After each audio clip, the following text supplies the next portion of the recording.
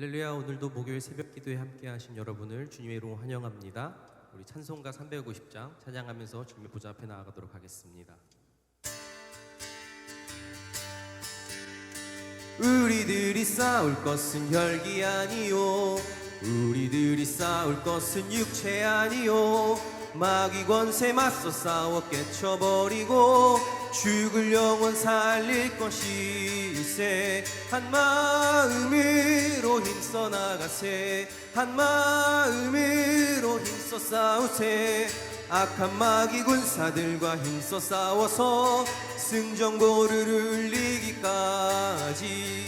우리들이 입은 갑옷 새가 아니요, 우리들이 가진 검은 강철 아니요, 하나님께 받아가진 평화의 복음 거룩하신 말씀이로다. 한 마음으로 힘써 나가세, 한 마음으로 힘써 싸우세. 악한 마귀 군사들과 힘써 싸워서 승전고를 울리기까지. 악한 마귀 제 아무리 강할지라도 우리들의 대장 예수 앞서 가시니 주저 말고 용감하게 힘써 싸우세. 최후 승리 얻을 때까지. 한 마음으로 힘써 나가세, 한 마음으로 힘써 싸우세. 악한 마귀 군사들과 힘써 싸워서 승전고를 울리기까지. 죄악 중에 빠진 사람 죄를 뉘우쳐 십자가에 달린 예수 믿기만 하면 위태한 데 빠진 영혼 구원 얻어서 천국 백성 될 것임일세. 한 마음으로 힘써 나가세, 한 마음으로 힘써 싸우세. 악한 마귀 군사들과 힘써 싸워서 승전고를 울리기까지.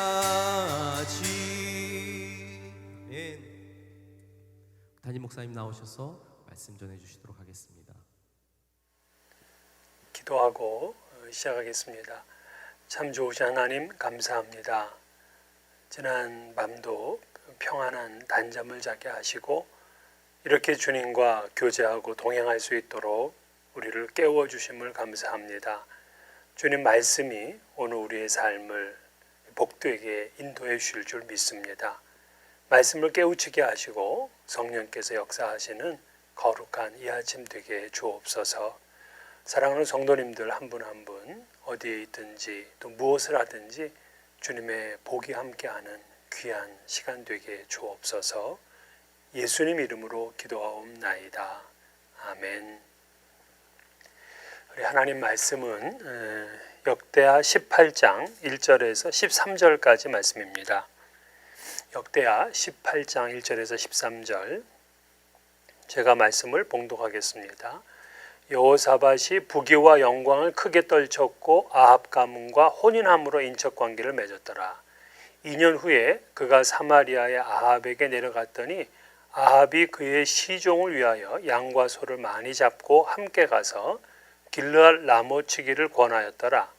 이스라엘 왕 아합이 유다 왕 여호사밧에게 이르되 당신이 나와 함께 길르앗 라못으로 가시겠느냐 하니 여호사밧이 대답하되 나는 당신과 다름이 없고 내 백성은 당신의 백성과 다름이 없으니 당신과 함께 싸우리이다 하는지라. 여호사밧이 또 이스라엘 왕에게 이르되 청하건대 먼저 여호와의 말씀이 어떠하신지 오늘 물어보소서 하더라. 이스라엘 왕이 이에 선지자 400명을 모으고 그들에게 이르되 우리가 길르앗 라못에 가서 싸우랴 말랴 하니 그들이 이르되 올라가소서. 하나님이 그 성읍을 왕의 손에 붙이시리이다 하더라. 여호사밧이 이르되 이외에 우리가 물을 만한 여호와의 선지자가 여기 있지 아니하니까 하니 이스라엘 왕이 여호사밧에게 이르되 아직도 이물라의 아들 미가야 한 사람이 있으니 그로 말미암아 여호와께 물을 수 있으나 그는 내게 대하여 좋은 일로는 예언하지 아니하고 항상 나쁜 일로만 예언하기로 내가 그를 미워하나이다 하더라. 여호사밧이 이르되 왕은 그런 말씀을 마소서 하니 이스라엘 왕이 한 내시를 불러 이르되 이물라의 아들 미가야를 속히 오게 하라 하니라. 이스라엘 왕과 유다 왕 여호사밧이 왕복을 입고 사마리아 성문 어기 광장에서 각기 보좌에 앉았고 여러 사람들이 그 앞에서 예언을 하는데 그나아나의 아들 시드기야는 철로 뿔들을 만들어 가지고 말하되 여호와께서 이같이 말씀하시기를 왕이 이것들로 아람 사람을 찔러 진멸하리라 하셨다 하고 여러 선지자들도 그와 같이 예언하여 이르기를 길르알 라못으로 올라가서 승리를 거두소서 여호와께서 그 성읍을 왕의 손에 넘기시리이다 하더라. 미가엘을 부르러 간 사자가 그에게 말하여 이르되 선자들의 말이 하나같이 왕에게 좋게 말하니 청하건대 당신의 말도 그들 중 한 사람처럼 좋게 말하소서 하니 미가야가 이르되 여호와께서 살아계심을 두고 맹세하노니 내 하나님께서 말씀하시는 것 곧 그것을 내가 말하리라 하고. 아멘. 오늘은 이 본문을 가지고 여호사밧과 아합의 동맹이라는 제목으로 함께 말씀을 나누려고 합니다. 여호사밧은 유다의 4대 왕이죠. 유다에서 두 번째로 종교개혁을 한 왕입니다. 그는 전심으로 하나님의 길을 걸었고 또 우상을 타파하고 온 백성들에게 하나님의 말씀을 가르쳤어요. 백성의 지도자들, 레위인 제사장들을 각 고을에 보내면서 그들을 지도하게 했습니다. 이 교육을 통해서 개혁을 확산시키는 것은 참 위대한 일입니다. 이때 하나님께서는 여호사밧과 이제 함께 하시면서 그의 나라를 견고하게 하셨고 부귀와 영광이 크게 아주 극에 달하게 했습니다. 또 주변 나라들로부터 조공까지 얻는 그러한 영광을 누렸어요. 근데 그 후에 이 여호사밧이 북이스라엘의 왕이었던 아합, 그 아합과 사돈 관계를 맺게 된 겁니다. 오늘 1절 말씀 보면 여호사밧이 부귀와 영광을 크게 떨쳤고 아합 가문과 혼인함으로 인척 관계를 맺었더라. 즉 그 여호사밧의 아들이 여호람이고요. 또 아합 왕의 딸이 그 아달랴인데 이 둘을 혼인시킨 거예요. 이 둘이 혼인이 되니까 서로 이제 사돈 관계가 되면서 나라끼리는 동맹 관계가 되죠. 왜 그렇게 했느냐 하면은 그 당시에 아수르라는 나라가 굉장히 그 세력을 확장하고 있었어요. 그래서 이 아수르를 대적하기 위해서는 서로 이렇게 힘을 합쳐야 됐습니다. 하지만은 이건 하나님이 원하시는 방법이 아니었어요. 인간적인 대안이죠. 훗날 유다가 이 결혼으로 인해서 오랫동안 우상 숭배에 빠지게 돼요. 그러니까 아합의 딸을 데려왔는데 결국 이 딸은 엄마가 이세벨이란 말이에요. 북이스라엘을 바알 종교 국가로 만든 그런 장본인이에요. 그런 사람의 딸을 며느리로 데려왔으니 이 며느리가 훗날 자기 스스로 유다의 왕좌까지 차지합니다. 그래서 다윗 왕국을 좌지우지하고요. 하나님 앞에서 패역한 일을 서슴지를 않았어요.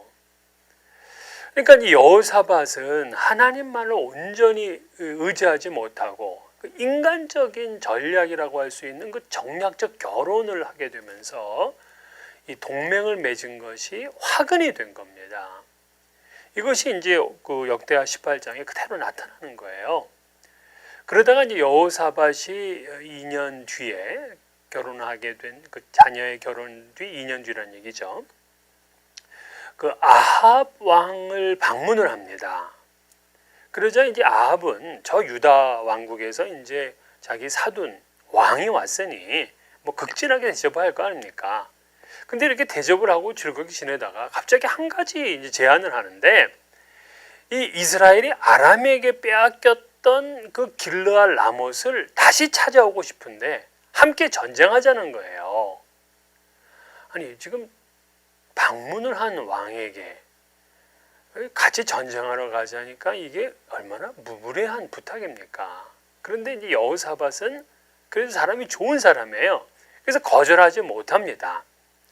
그래서 동행할 것을 약속하면서 한 가지 전제를 하는데 먼저 이 전쟁이 여호와의 말씀은 어떠한지 이 전쟁에 대해서 그걸 물어보자는 거예요. 4절에 있죠. 여호사밧이 또 이스라엘 왕에 이르되 청하건대 먼저 여호와의 말씀이 어떠하신지 오늘 물어보소서 하더라. 이것이 하나님을 존중하는 여호사밧과 또 하나님을 무시하는 아합과의 차이죠. 하나님을 경외하는 사람은 하나님께 늘 묻습니다. 하나님께 기도하죠. 여호사밧은 이러한 신앙을 보여줬는데 물론 아쉬운 건 뭐냐면 전쟁할 때만 이렇게 하나님의 선지자에게 묻지 않고 자식의 결혼을 시킬 때에도 물었으면 얼마나 좋았을까. 그는 전쟁은 묻고 결혼에 대해서 묻지 않았다. 이 얘기입니다. 우리도 그래요. 때로는 기도해야 할 것과 기도하지 않고 내 마음대로 할 것이 이렇게 나누어져 있어요. 어떤 것은 기도해야 된다고 생각하고 어떤 것은 내 판단대로 그냥 하는 거죠. 인간의 경험이나 도리대로 하는 거예요. 하나님께서는 사실 우리가 작은 것 하나라도 쉬지 않고 기도하기를 그렇게 이제 바라시고 계시는데 오늘 여호사밧이나 우리나 이런 실수를 저지르게 되는 겁니다.